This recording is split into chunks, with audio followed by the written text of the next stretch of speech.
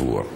გავაგრძელოთ ეხლა საუბარი, მე კარგად მოვისმინეს ყველას გამონათქვამი და მათ შორის ერთმა ქალბატონმა ბრძანა და მე ვიცი რომ ეს ზოგადად მოთხოვნა ამ ადამიანებისა, რომ მინისტრს შეხვდნენ. მე არავისთან შეხვედრის პრობლემა არ მაქვს, მაგრამ მიაქციათ ყურადღება და თვითონ ჩაუღრმავდნენ. მათ მინისტრთან შეხვედრა კი არ უნდათ და მსჯელობა. მათ უნდათ დიდი ფულის გადახდა იმაში, რაც კიდევ ერთხელ გავიმეორებ და აუცილებლად დავასაბუთებ, რომელიც არ ღირს ამდენი.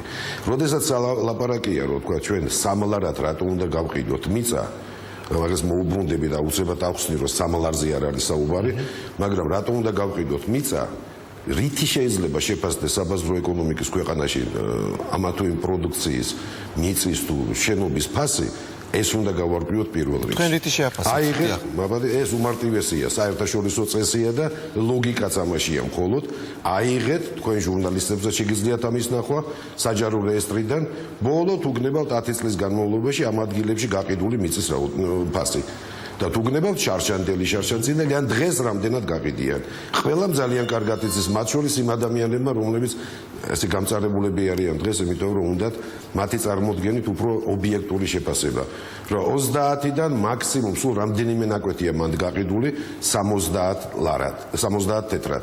და ჩვეულებრივად ეს არის 30. ქვეყანაში დადგენილი სასოფლო-სამეურნეო მიწის ნორმატიული ფასი არის 10 თეთრი. და როდესაც ვლაპარაკობთ, რომ ჩვენ ნორმატიულზე 30-ჯერ მეტს ვიხდით და რეალურ საბაზრო ფასზე 8-დან 10-ჯერ მეტი. აი ამას უნდა მიაქციო ყურადღება და არა იმას. დოლართან რო გადაყავთ. დოლარს კი არ უნდა მიუსადაგო, რეალურ ფასს უნდა მიუსადაგო. ლანჩხუთში მიმდებარე ტერიტორიაზე მიწები რამდენად არის გაყიდული.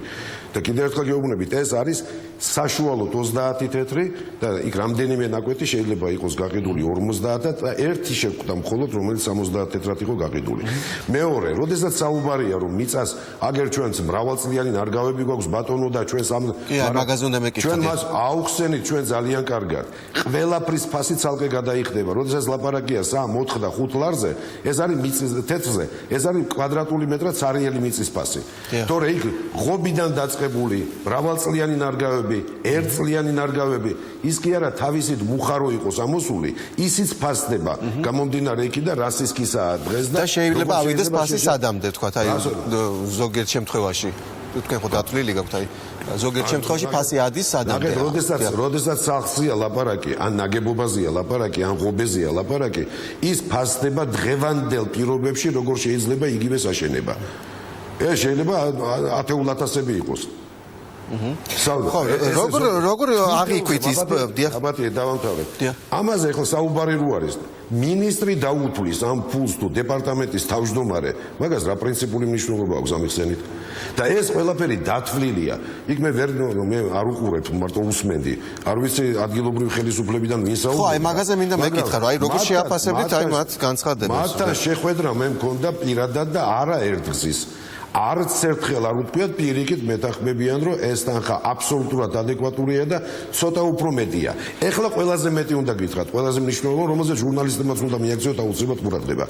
რა გონია, თქვა, გურულებს ამ შემთხვევაში კონკრეტულ ადამიანებს, კახელებს, სვანებს, ხევსურეთშიც გვაქვს ასეთი პრობლემები. საიდან უხდის სახელმწიფო ამ ფულს?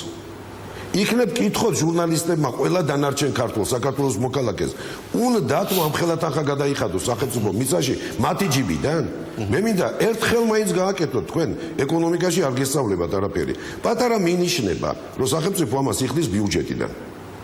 ეს ნიშნავს, რომ ყველა დანარჩენი ქართველის ჯიბიდანაც გადაიხდება ეს ფული.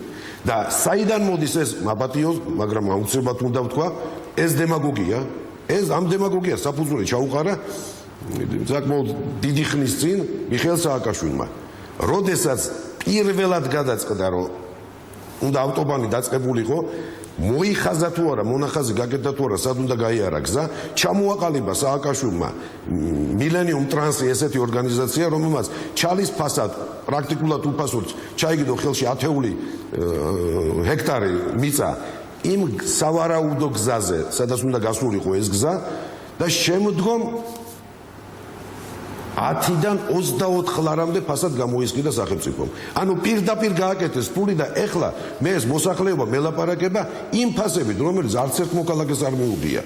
რომელიც დანაშაულებრივად, ასე ვთქვათ, მიითვისე სახელმწიფო ბიუჯეტის ფული. ეხლა როგორ გონია ვინმეს, იმიტომ რომ თვითონ გამოვა ქუჩაში და თქვათ რაღაცაში ხელს შემიშლის, მე სააკაშვილის დანაშაულებრივ ქმედებას გავაგრძელებ, მე იქნებ სხვა სფეროებს მოითხოვს საზოგადოებამ სააკაშვილის დანაშაულებრივი პოლიტიკის გაგრძელება. ანუ სულ ტყუილად თქვათ ეხლა თქვათ ძალისხმევა მათი თქვათ იქ რომ გამოდიან პროტესტ გამოთქვამენ, თქვენ შეგიძლიათ კატეგორიულად უთხრათ რომ ეს არ მოუტანთ მათ შედეგს.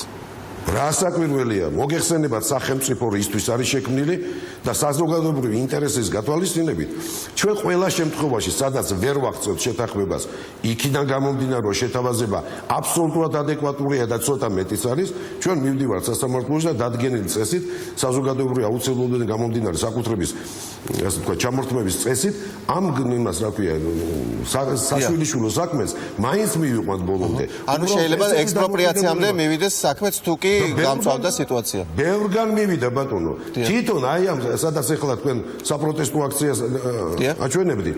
თვითონ იქაც 100-მდე ნაკვეთი უკვე გამოსყიდულია დადგენილ წესით. ანუ წარწმეულია ასე რომ ჩამორთმეული? ადამიანების არა ბატონო, ჩამორთმეული კი არ არის. დაეთანხმნენ ჩვენ გასაგებია, მე ექსპროპრიაციის შედეგებზე საკმაოდ ბევრი გვაქვს, უბრალოდ დრო იჭიმება და დრო რო იჭიმება რას ნიშნავს იცით? სახელმწიფო ამ შემთხვევაში ინფრასტრუქტურის სამინისტრო უფრო ზუსტად გზების დეპარტამენტი ვალდებულია კონტრაქტორს მოცნენისათვის გადაუხადოს საკმაოდ დიდი ჯარიმა და ესეც საქართველოს მოქალაქეების ჯიბიდან მიდის.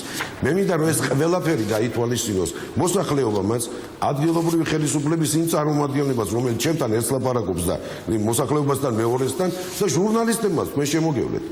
კიდევ ერთხელ გეუბნები ვინ ვის და შენ ეკონომიკა და ფინანსები არ გესწავლება და ცალი კუთხიდან როცა აშუქებთ მეორეც მიუყენეთ გვერდზე და დააყენეთ ქართველები თქვა დანარჩენი ვის ტერიტორიაზეც გზა არ გადის და უთხარით რომ აი საბაზრო ღირებულება არის 50 თეთრი სახელმწიფო ჩვენი ყველას ჯიბიდან უხდის 3 ლარს სარეალიზაციაა საუბარი და აი მათი მოთხოვნა არის რომ 10 გადაუხადოთ და კი გავიგეთ აი ეს დათრო გადაუხადოთ ბატონო გასაგებია კი ბატონო აი ეს კითხვა უკვე გაიჟღერა თქვენ მხრიდან დიდი მადლობა და აქვე მინდა კითხოთ რომ გაიჟღეროთ ხოლმე ხანდახან კეთილი იცით თუ არა რომ ეს ფული მოდის ბიუჯეტიდან მაგრამ იციან სხვა ბევრი შემთხვევაც თქვა პრემიები რომლებიც ასევე ბიუჯეტიდან მიდის მაგრამ აქ კითხვას არავის სვავს ხო რა თქმა უნდა უბრალოდ რა თქმა უნდა სპეკულაცია არ გვინდა ამ შემთხვევაში არ გვინდა მაგრამ მაინც ჩასვით ეს წინადადება ყველაფერს აქვს თავისი შეფასება. როდესაც ვილაპარაკებთ პრემიებზე, ვილაპარაკოთ პრემიებზე. როცა ვილაპარაკობთ კონკრეტულად მიწის ღირებულებაზე, ღობის ღირებულებაზე თუ ვაშლის ღირებულებაზე, ვილაპარაკოთ ამაზე. კეთილი, ძალიან დიდი მადლობა. მადლობთ, აბრძანეთ კი. ანალოგიური პრობლემები გვექნება ჩვენ პრაქტიკულად ყველგან. აი ეხლა გადაწყვეტილი ქონდა რომ გერგედის სამებამდე გაგვეყვანა გზა, იმიტომ რომ ძალიან დიდი ინტერესია საზოგადოებისა და არა მარტო საქართველოს მოქალაქეებისა. და დადგა საკითხი რომ 34 ლარი გადაგვიხადეთ ბატონო კვადრატულ მეტრ მიწაშიო.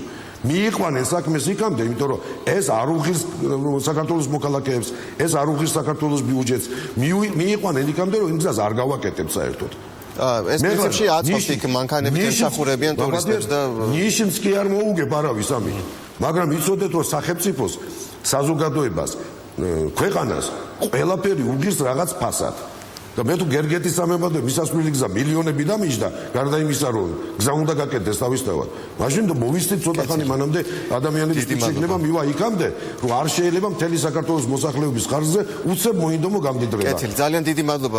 მადლობთ ამომწურავი პასუხისთვის. რეკლამის შემდეგ პრობლემის ჩასაქრობად სულ უფრო მეტი ფული ჭირდება ჯანდაცვის სამინისტროსაც, რომელმაც საყოველთაო ჯანდაცვის სათანადო ფინანსურ კონტროლს ვერ მიაღწია. შედეგად კი ხარჯები აშკარად გაექცა და პროგრამას უკვე 70 მილიონი აგრეთვე მეტ ფულს ითხოვენ მთავრობას მევენახეებით თეთრ ყურძენზე 70-80 თეთრი მათ ეწოტავებათ, თუმცა ექსპერტთა გათვლით ყურძენი 50 თეთრამდე ჯდება და პატრონს საკმარის მოგებასაც უტოვებს, რას აპირებს მინისტრი. დაგველოდოთ.